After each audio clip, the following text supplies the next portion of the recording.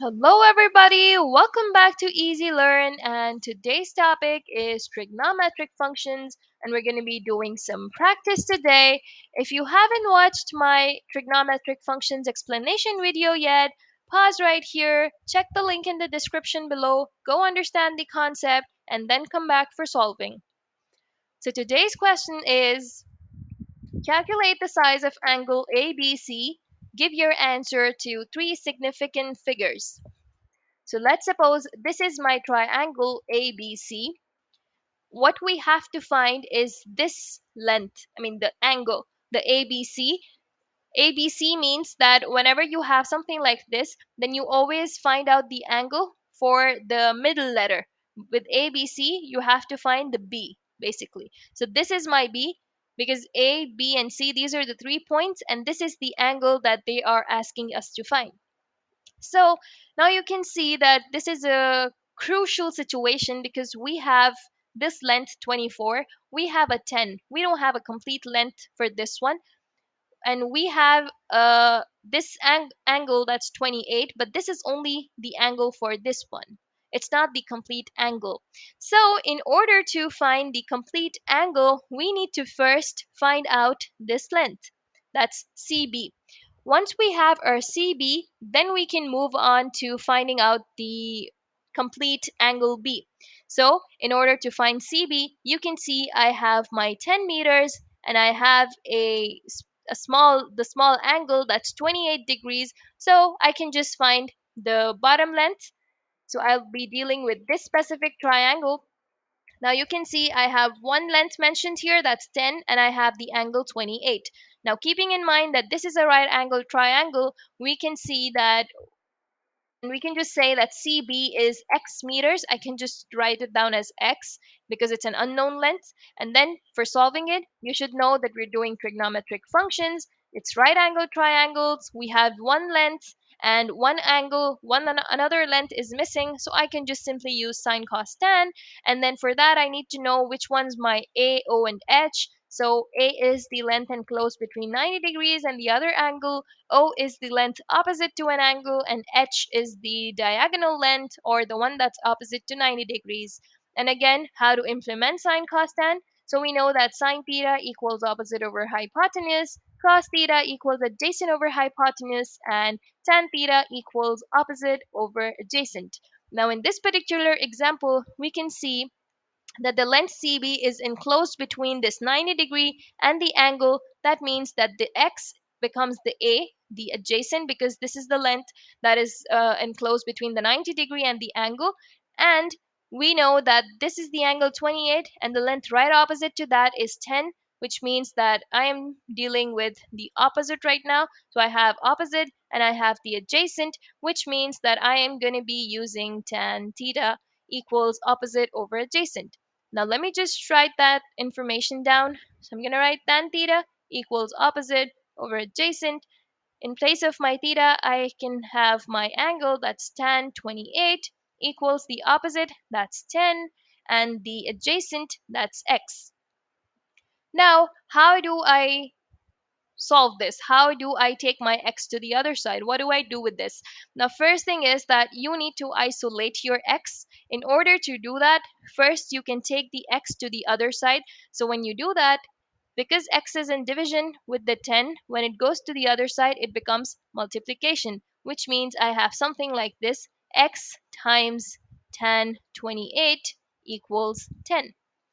Now, because I still want my x to be alone, I need to isolate the x, so I take the tan to the other side. And now, since x is in multiplication with the tan 28, when that tan 28 goes to the other side, it turns into division, which means I have something like this: x equals 10 divided by tan 28. Now, once I have all this stuff figured out, I need to jump onto my scientific calculator. If you have one, go ahead. If you don't, just Google it. You will have a pop-up like this. And then make sure your calculator is set on degrees. Then I'm going to select the tan function. So I'm going to write something like this: 10 divided by tan 28, and the answer I've got is 18.8072, and so on. So I can just round it off to three significant figures or one decimal place, and I will write down that x is equal to 18.8 meters. That means that this length, that's x meters, is replaced with 18.8 meters. Now, this was one part, the first part of the question. Now, the actual part is that I have to find this entire angle. So let's see, what are we going to do once we have that length? Now you can see that this time I'll be dealing with the entire triangle, because now I have this length and I have this length. I have CB and I have AB, and this is the angle I have to find. If I just forget about this middle line and the angle 28, then you can just see that I have a specific triangle which is 24 meters diagonally and the base is 18.8. This is the 90-degree mark, and here I have the angle that's missing, so let's say this is my x. Now again, keeping in mind my trigonometry rules, sine theta equals opposite over hypotenuse, cos theta adjacent over hypotenuse, and tan theta is opposite over adjacent. You need to figure out which lengths are mentioned here. So this one, this 18.8, is trapped between the 90-degree and the angle that we have to find, which means that this is my A, the adjacent, and this length, that is 24, is the diagonal, or the one that's opposite to 90-degree. So my 24 becomes my h, the hypotenuse. So now I have my a, I have my h. Now you can see that out of these three functions or these three identities, a and h is available to me when I solve for cos. So let me just write things down. So cos theta equals adjacent over hypotenuse, and then cos theta, I can just keep it as theta, or I can replace it with x. That is equal to the adjacent, which is 18.8, divided by the hypotenuse, that is 24.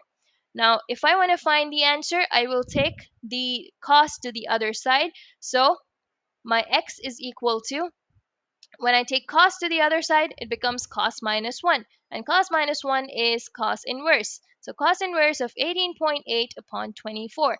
Now again, go back on your scientific calculator, and then you can see that I have to keep my calculator on degrees, and then because we're dealing with inverse, so you will be clicking INV, and once you click INV, you will choose the cos function, and on your calculator, once you click INV, you will see there will be a cos minus 1 written over there. So when it's cos minus 1, when you click that, you will have something like this, arc cos. So arc cos 18.8 divided by 24 gives me 38.4. So x is equal to 38.4 degrees. So that is the complete angle that I have. This part is 28 and the whole thing is 38.4, which means if I tell you that what is only this small part, so this small part should be 38.4 minus 28, which I think should give you something like 9.6. You can check that out and let me know if I'm right or if I'm not wrong. Okay, so this is how you go about questions like these. If you have any questions, any confusions, just drop them down in the comment section below.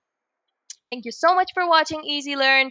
Do not forget to like, share, and subscribe.